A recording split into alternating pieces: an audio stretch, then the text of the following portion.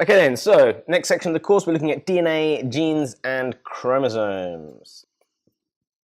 Okay, so there's two types of organism that we've looked at before. We've got eukaryotes, so which are the animal cells and plant cells, generally more complicated cells, and the prokaryotes, which are bacteria and other things that you don't need to know about. So we're going to look at eukaryotes first. What do we need to know about the DNA, genes and chromosomes of eukaryotes? Well, okay, the DNA is long, it's in a double helix, and it's linear, it's not a loop. Yeah, so it's something that we're going to look at quite a lot. It's also found in the nucleus. So if it's got a nucleus, this thing is a eukaryote. It's also tightly folded. It's long, we've got lots of it. And so it's got to be packed in really tightly to fit inside the nucleus. There's about 2 meters of DNA in every single human cell. And that's obviously got to go into something that's smaller than 10 micrometers. So it's got to be folded up really tightly. So it's folded around proteins, which are called histones.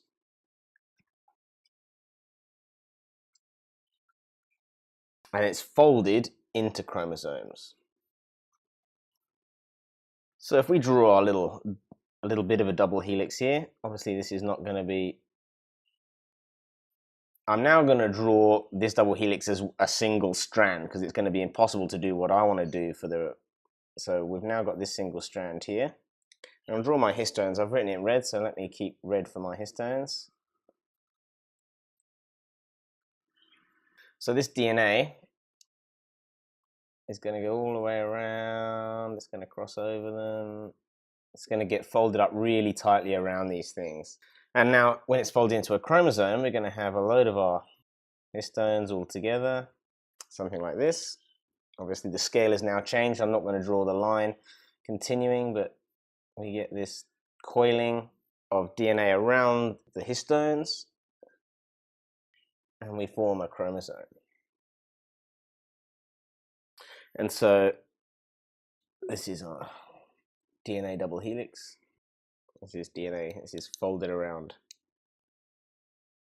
histones. Okay, so how are prokaryotes different? Well, a lot of these things are not going to be the same. In prokaryotes, the DNA is much shorter and it's in a loop, or it's circular within the cytoplasm, often described as a loop. And there's no proteins, and there's no, there's no folding around proteins, no histones. It's basically all we need to know, and there's no nucleus either.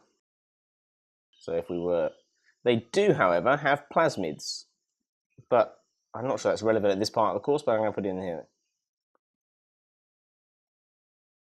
If you can't remember what plasmids are, they're little loops of DNA that are separate to the main loop of DNA in the cytoplasm of a prokaryote. Look back at the lesson on organelles to find out what plasmids are in a bit more detail. And then there's some other things that have DNA too. Some organelles within eukaryotes. We've got mitochondria and chloroplasts. Now initially, mitochondria and chloroplasts were their own free-living organisms, whether prokaryotes or archaea and things like that. It's not that important, but they were free-living individuals in their own right. So they had their own DNA. They were prokaryotes to begin with. So they basically have their DNA inside the mitochondria, which is separate to their host organism, whichever. So the mitochondria that are inside you have the separate DNA. And in fact, the mitochondrial DNA all comes from your mother, because when the egg fertilizes the sperm doesn't contribute any mitochondria. So only the mitochondria that you get, no matter if you're male or female, that comes from your mum. So they have their own DNA.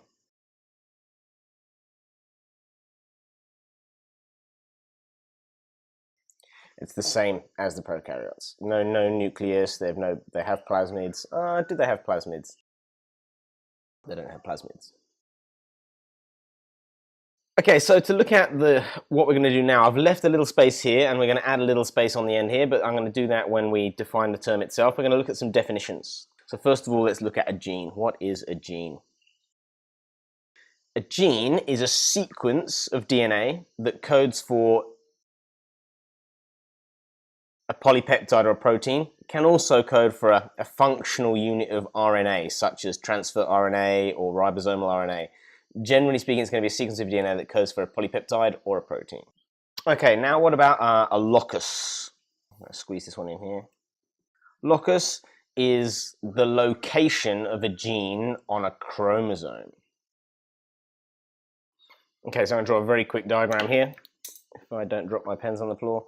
Okay, so if I took my chromosome number 16 and your chromosome number 16 from two separate individuals of the same species,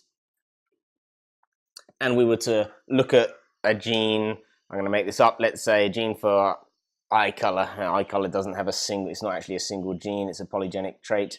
But let's just run with the example for now. And I looked at your chromosome 16 and I found that the gene for eye color was here. Then I know that on my chromosome 16, in this very same position, will also be the gene for eye color. It might be a different allele. I might have blue eyes, you might have brown eyes. But this gene has a specific location on a specific chromosome, and that doesn't change between organisms within a species. And the last little definition we're going to do here is a DNA triplet. So a DNA triplet is a sequence of 3 DNA bases that code for a specific amino acid.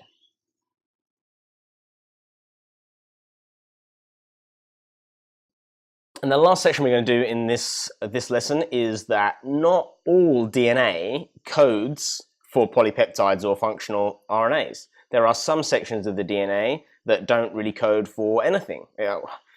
In the past, this used to be called junk DNA and stuff like that. We now know that if you take it out, things don't work very well, so junk is not a very good term for it, and that's not used anymore.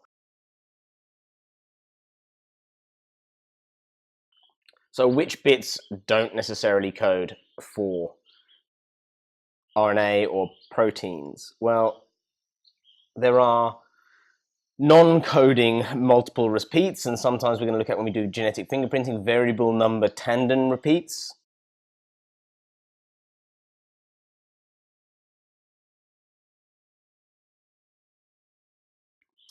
Okay, so in the specification at this point, it calls them non-coding multiple repeats. When we come to do things later on, we also look at variable number tandem repeats which don't code for the polypeptide or proteins. I suspect if we get a question during this unit, then they're looking for non-coding multiple repeats, despite them basically changing their terminology later on in the course. So that's why I haven't put an arrow here. Use this one. This may come up in the mark scheme as well. So it's the first year, we don't know. Now we've got, this is affecting things between genes. I'm even going to write that down. Now within genes, we also have regions that don't code for polypeptide chains. I'm just looking at my diagram, so I've got my colors all backwards. Okay, so I want to choose this color. Okay, so if this is a gene, a complete length of a gene, you've got some regions, I'm going to call the red bits, which are coding to make the polypeptide or the protein, and we're going to call these exons. And then there are some regions within the gene that don't code for the polypeptide, and these are called introns. When we do protein synthesis, we'll see that the exons are exported into the cytoplasm so that they can be translated. So let's just give these a quick definition. Maybe I'll stick with green for introns. These are regions within a gene that don't code for polypeptides.